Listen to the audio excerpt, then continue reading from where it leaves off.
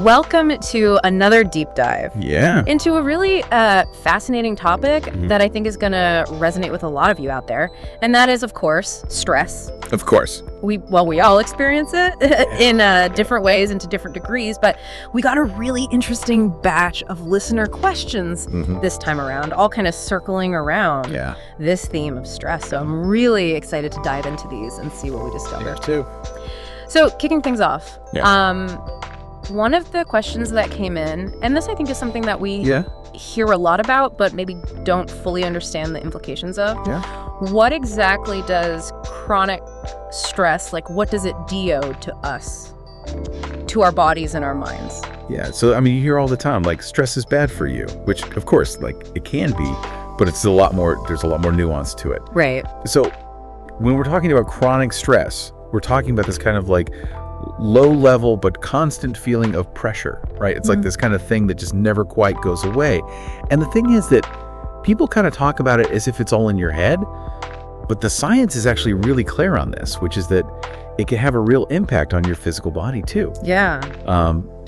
For example, like there are studies that have shown that chronic stress can actually shrink your hippocampus, which is the part of your brain that's responsible for like memory and learning. Wait, so like stress can actually shrink your brain? I've definitely felt that, like that feeling of just being fried from stress, but I never realized it was an actual physical change happening. Yeah, no, it's pretty wild. And that's just one example, right? Like chronic stress can really mess with your like hormonal systems, your cardiovascular health. Wow. Can even like, impact your immune system. It's like basically having your foot on the gas pedal constantly. Right. And eventually something's got to give. Yeah, that makes a lot of sense. So it sounds like maybe, this modern world that we live in, all the technology and the advancements, maybe it's not really doing us any favors when it comes to stress. Right. Because a lot of the questions that we got from listeners were about social media and this kind of always on work culture. So I'm curious to get your take on that. Like, are we just making it harder on ourselves? It's tough because, I mean, it's like a double-edged sword, right? On the one hand, we're more connected than ever, which can be amazing. But on the other hand, that means it's harder to disconnect. Right. You know what I mean? Like you're constantly getting work emails, you're scrolling through social media. It's like the lines between your work life and your personal life just get completely blurred. Yeah.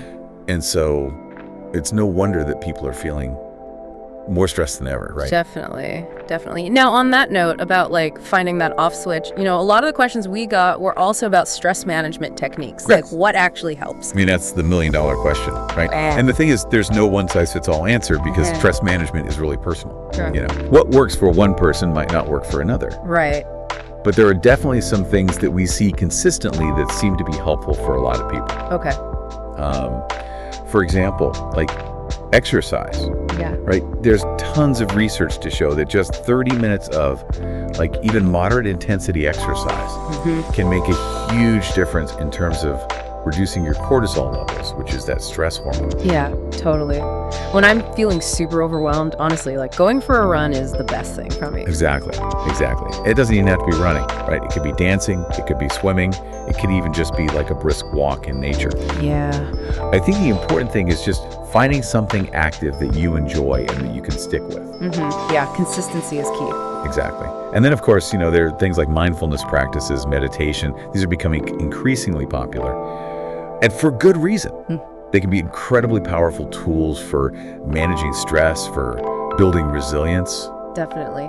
Now, we can't talk about stress without talking about work. Right. Because, I mean, let's be real, for a lot of us, that's where a huge chunk of our stress comes from. Yeah, absolutely. And we got a bunch of questions from listeners about what companies can and should be doing to create healthier, less stressful work environments. Yeah, this is huge. And I'm so glad people are talking about it more. Yeah.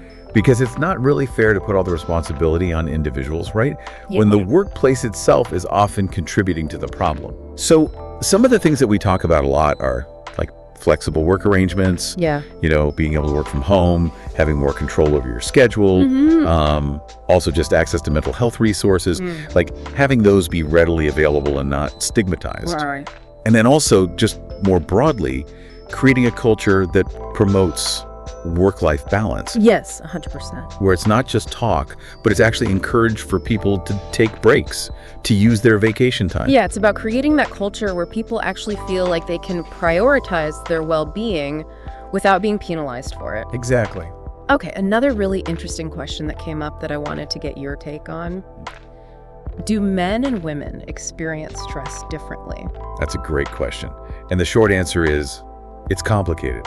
I mean, stress impacts everyone, right? But the ways in which we experience it, the ways in which we cope with it, even the ways in which we're allowed to express it, can be very different based on gender. Yeah. You know, there are definitely societal expectations at play, like what's considered acceptable for a man to express versus a woman. And then on a more biological level, there are also hormonal fluctuations that can influence how women experience stress, particularly related to their cycle. That makes sense. So we've talked about like individual factors, right? Like work, relationships, our own personal coping mechanisms. But then there's this whole other layer of cultural influence as well, which I think is really fascinating. We had some listeners asking about that specifically. Like, how does culture play into stress? It's huge. Yeah. Because culture really shapes our entire worldview. Yeah. Like what we value, what we prioritize, what's considered acceptable behavior. Yeah. And all of those things tie into how we perceive stress and how we respond to it. It's like this hidden layer of stress that we don't even realize is there. Totally. Like even just the way different cultures view things like work ethic, success, like what it means to be successful can have a huge impact on stress levels. Yeah. And then, you know, even just the way we're allowed to express our emotions, like some cultures are very emotionally expressive, whereas others are much more reserved. And so all of that plays into how we deal with stress. It's so true. I'd never really thought about it like that before, but it makes so much sense. So for our listeners out there, it's like, you know, how do you think your own background and your culture shapes your relationship with stress? It's something to think about. It is. It's a really important question to ask yourself. But sometimes we don't even realize the ways in which our culture is influencing us. Yeah. And, you know, as we're kind of wrapping up here, I do want to emphasize one last thing, which is we talk a lot about managing stress, which is of course important, but it's also crucial to focus on building resilience. And two of the most important things for resilience are often the things that we neglect the most. Which are? Sleep and nutrition. Oh, okay. Yeah. You know, people kind of brush those aside sometimes, but they're not just important for your physical health. They are absolutely fundamental for your mental and emotional health. Totally. It's like you can have all the best stress reduction techniques in the world, but if you're not taking care of your basic needs, like building a house on sand. Exactly. Wow, okay. So from chronic stress actually shrinking our brains to the power of sleep to the hidden influence of culture, that was a whirlwind tour through the world of stress. But hopefully our listeners out there feel a little bit more informed and empowered to manage their own stress. For sure. So if you take away just one thing from today's deep dive, let it be this. Understanding stress is the first step to effectively managing it. So here's a challenge for all of you listening. What's one small change that you can make in your own life to, you know, maybe dial down the stress a little bit? Could be starting a mindfulness practice. It could be having an honest conversation with your boss about your workload. Could be as simple as just making sure you're getting enough sleep.